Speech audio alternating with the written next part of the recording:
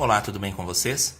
Aqui é o professor Fernando, língua portuguesa, e vamos falar sobre regência verbal e regência nominal. E vamos resolver a questão de número 11 da prova de Itapevi, realizada no dia 14, no domingo passado. Bom, quando falamos em processo de regência verbal, nós temos que pensar no verbo e nos seus complementos. Então aí vai uma dica.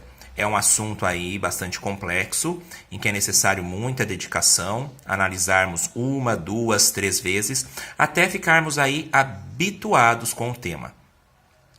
Mas verifiquem, regência verbal é a relação de dependência estabelecida entre um verbo e seus complementos. Essa subordinação dá-se pelo uso de uma preposição.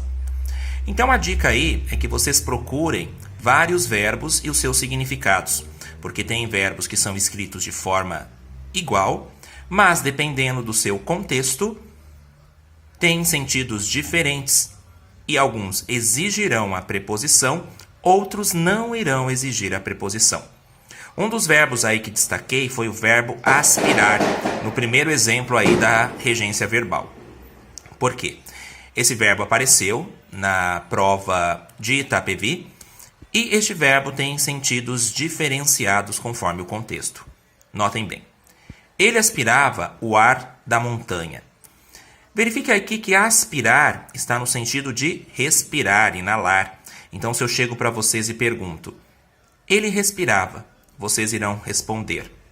Verifiquem que o verbo é o termo regente. E vocês serão o termo regido, que vai dar ali o comando para o verbo para que eles fiquem em sintonia. Ele respirava. Vocês responderão. Ele respirava o quê? Ou eles respiravam ao quê? Não tem sentido falar que ele respirava ao quê. E sim, ele respirava o quê? O ar da montanha. Então verifique que neste sentido o verbo aspirar não vem acompanhado da preposição. Portanto, é um verbo transitivo direto. O próximo. Ele aspirava ao cargo público. Notem que não faz sentido falar ele respirava o cargo público. Este aspirava já está no sentido de almejar, de desejar, de querer conquistar. E quem almeja, almeja a algo. Então, notem, ele aspirava ao cargo público. Aqui já está acompanhado da preposição, portanto, é um verbo transitivo indireto. Este é o processo da regência verbal.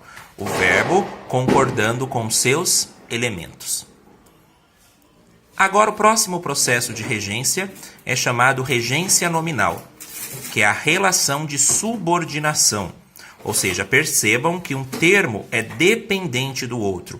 Quem é subordinado a alguma coisa. Ou seja, eles estabelecem uma relação de dependência de um nome, substantivo, adjetivo, advérbio. Veja o exemplo abaixo. Ele está acostumado a estudar. Acostumado é o adjetivo que está caracterizando ele. Aqui, ele está acostumado. Quem está acostumado a algo. Ele está acostumado a estudar. Só que no de baixo vai aceitar uma preposição diferente. Ele está acostumado. Quem está acostumado com alguma coisa. Ele está acostumado com o calor. Então, notem que conforme o contexto, o adjetivo aí pode aceitar preposições diferentes. Agora vamos aí à questão número 11 da prova de Itapevi, Banca VUNESP, que fala justamente sobre o processo da regência verbal. A questão número 11 diz o seguinte: assinale a alternativa cujo enunciado está em conformidade com a norma padrão de regência. Percebam que a Banca VUNESP coloca sempre essa questão em conformidade com a norma padrão, que é a norma padronizada da língua, ou seja, como que a gramática deve ser corretamente aplicada. Daí vamos lá. A alternativa A diz o seguinte: Moana ia nos grupos de estudos com os pais e ficava atenta de todas as coisas que aconteciam ali. Verifiquem que eu grifei o atenta, que é um adjetivo que está caracterizando a Moana, que ela ficava atenta sempre que ia no grupo de estudos com os pais. Essa é a forma como ela ficava. Então, se fala de adjetivo, eu tenho aí um processo de regência nominal para verificar. Então, notem bem. Moana ia nos grupos de estudos com os pais e ficava atenta. Quem fica atenta a algo e não fica atenta de algo. Então percebam que a preposição de, que vem após o adjetivo atenta, foi colocada incorretamente. Então a alternativa A não é a correta, conforme se solicita aí no enunciado.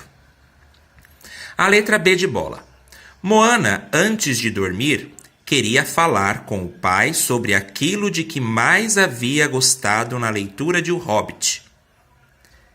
Grifei aí o verbo falar. Então temos aí um processo de regência verbal e tende-se que quem quer falar com alguém. A preposição aí já é o termo regido do termo regente, que é o falar. Então eles ficam em perfeita sintonia. Quem quer falar com alguém de alguma coisa. Então, tanto a preposição com quanto de, eles se ajustam corretamente dentro dessa alternativa. Então, a letra B é a correta. A C. As transformações no personagem central mostram que o Hobbit aspirava em ser um aventureiro épico.